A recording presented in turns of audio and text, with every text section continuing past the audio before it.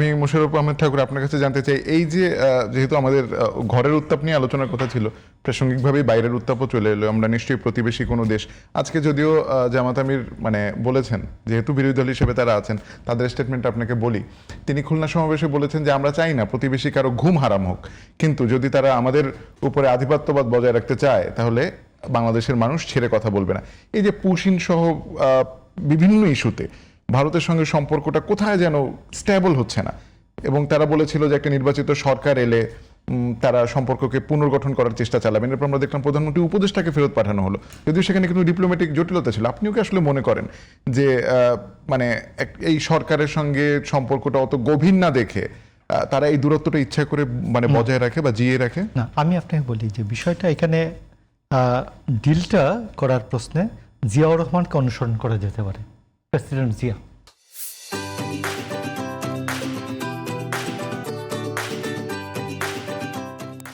Just president Zia যেভাবে ইন্ডিয়াকে deal করেছেন, ঠিক এই রকম চোখে চোখ রেখে সমতা এবং ন্যায্যতার ভিত্তিতে তোমার আমার সম্পর্ক, ন্যায্যতা এবং সমতার ভিত্তিতে আমাদের প্রতিবেশী, দুই প্রতিবেশীর আত্মমর্যাদাশীল প্রতিবেশীর সম্পর্ক। এইটা ইন্ডিয়া কারণ 17 বছর যেভাবে ইন্ডিয়া ডিল করেছে, তার একটা প্রদেশের মতো ডিল করেছে, এই কারণে তার অভ্যাসটা খারাপ হয়েছে।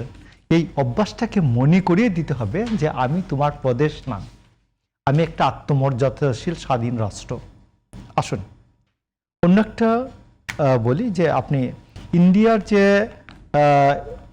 গঠন, ইন্ডিয়া বলছে 1947-এ আমি হিন্দু, মুসলমান, শিখ, বৌদ্ধ সবাই নিয়ে হচ্ছে আমার রাষ্ট্রটার নাম হচ্ছে একটা অসাম্প্রদায়িক রাষ্ট্র, ইন্ডিয়া বলছে। আর পাকিস্তান বলছে এটা মুসলমানদের বাসভূমি।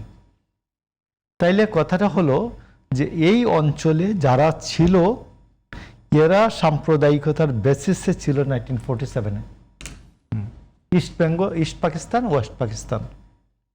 তো আমার কথাটা হচ্ছে যে এইখানে যারা আজকে হিন্দু যারা আছেন, এরা ওই 1947 এদের পূর্বপুরুষরা ছিলেন এইটাকে একটা সাম্প্রদায়িক রাষ্ট্র জেনেছিলেন।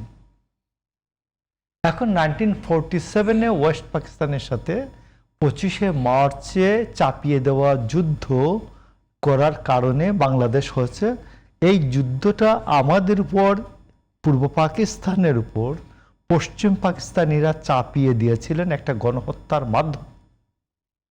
তো এবং সেইখানে ইন্ডিয়া আমাদের পক্ষে সহযোগিতা করেছে, এটা আমি মানব।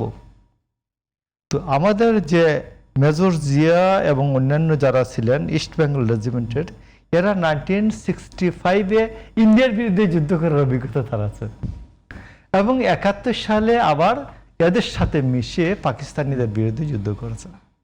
তো এখন আমার কথাটা হচ্ছে যে আজকে বাংলাদেশ 71 সালের পরে আমরা বলি একটা অসাম্প্রদায়িক রাষ্ট্র, এবং আমরা আমাদের অন্যান্য ধর্মের যে লোকজন আছে তাদেরকে আমাদের সমমর্যাদা দান করি, কিন্তু 1971-এর আগে সমমর্যাদা দান করার কথা ছিল না পাকিস্তান রাষ্ট্র গঠনের ক্ষেত্রে। তো এখন আমরা যারা অসাম্প্রদায়িক রাজনীতিটা করি, আমরা সবাইকে বলি যে তুমি আমাদের সমান অধিকার পাবা। এমনকি তারেক রহমান ইনক্লুসিভ পলিটিক্সের প্রশ্নে, ইনক্লুসিভ ইলেকশনের প্রশ্নে, সব কিছুর প্রশ্নে উনি বলেছেন এই 2023-24-এ এসে যে আমাদের রাষ্ট্রে আমরা এমন একটা রাষ্ট্র চাই, এমন একটা সরকার চাই যে রাষ্ট্র এবং সরকারে বিশ্বাসী অবিশ্বাসী একসাথে সমান মর্যাদা পাবে। রেইনবো নেশন, আমি রেইনবো বলি না, উনি যাই এইটুকুনি বলেছেন, অন্তর্ভুক্তিমূলক একটি সমাজ এবং রাষ্ট্র এবং সরকার। আপনি অন্তর্ভুক্তিমূলক রাষ্ট্র সমাজের প্রশ্নে বেগম খালেদা জিয়া 2016 সালে বলেছেন যে আমরা এইরকম অন্তর্ভুক্তিমূলক সমাজ রাষ্ট্র চাই। 2016 সাল থেকে এটা বিকশিত হয়ে 2023-24 পর্যন্ত এইভাবে আসছে। তো আজকে এখানে উস্কিয়ে দেওয়া হচ্ছে যে কিছু যারা আজকে বললাম যে মহিলা স্টেটমেন্টটা করেছেন যে আমরা সনাতনীদের জন্য আলাদা প্রয়োজনে আলাদা প্রদেশ চাই। আপনার পূর্বপুরুষরা আলাদা প্রদেশ বা সনাতনীদের রাষ্ট্র, এই রাষ্ট্রে জায়গা আছে, এটা জেনে তারা থেকেছেন এটা একটা সাম্প্রদায়িক রাষ্ট্র পাকিস্তান। আমি তাকে মনে করিয়ে দেব। তো যার জন্য আমি আপনাকে বলছি যে জামাতের আমির যে কথাটা বলেছেন, যে জামাতের আমিরকে টোটাল পরিবেশ পরিস্থিতি মাথায় রেখে ওনাকে আলোচনা করতে বলবো যে বাংলাদেশ এমনি যথেষ্ট সংকটের মধ্যে আছে এবং সেটা জাতীয় এবং আন্তর্জাতিকভাবে।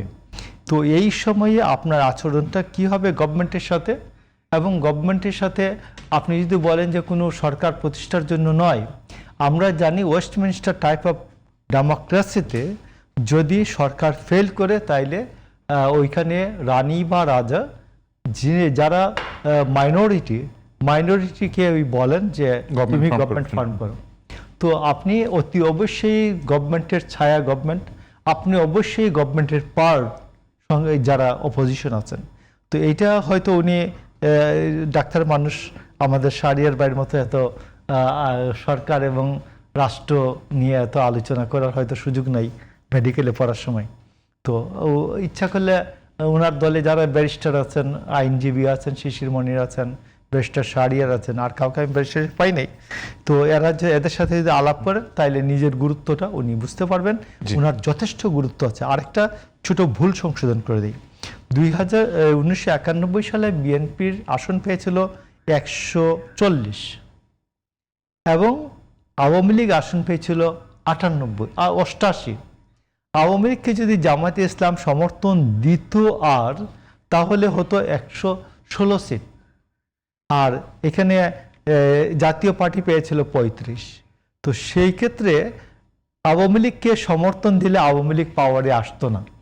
না, ওই সময় জাতীয় পার্টিকে সমর্থন নিয়ে তারপর জামাতের কাছে আসছিল ভাই, 88 হওয়ার পরে তারা আসছিল। আমার মনে হয় ওই ডিবেটের চেয়ে আমরা যে আলোচনায় আমি সমর্থন দিতে আমাকে নিঃস্বার্থ, তো জামাত কিন্তু যাই আমি জামাত কোনো কিছু নিয়ে যায় যে জামাত আওয়ামী লীগকে একা সমর্থন দিলে এবং সেইখানে রাশেদ খান মেনন বাম তারা আবার যদি জামাত গেলে তারা আবার আওয়ামী লীগকে সমর্থন দিত না, জাসদ কমিউনিস্ট পার্টি এরা।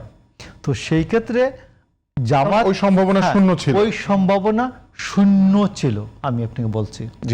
তো এই জন্য আপনাকে বলছি যে জামাত এবং জামাত যে নিঃশর্ত সমর্থন দিয়েছে তা না, জামাত 2 বা 3টি মহিলা আসন জামাতের জন্য ছেড়ে দেওয়া হয়েছিল 91 সালে।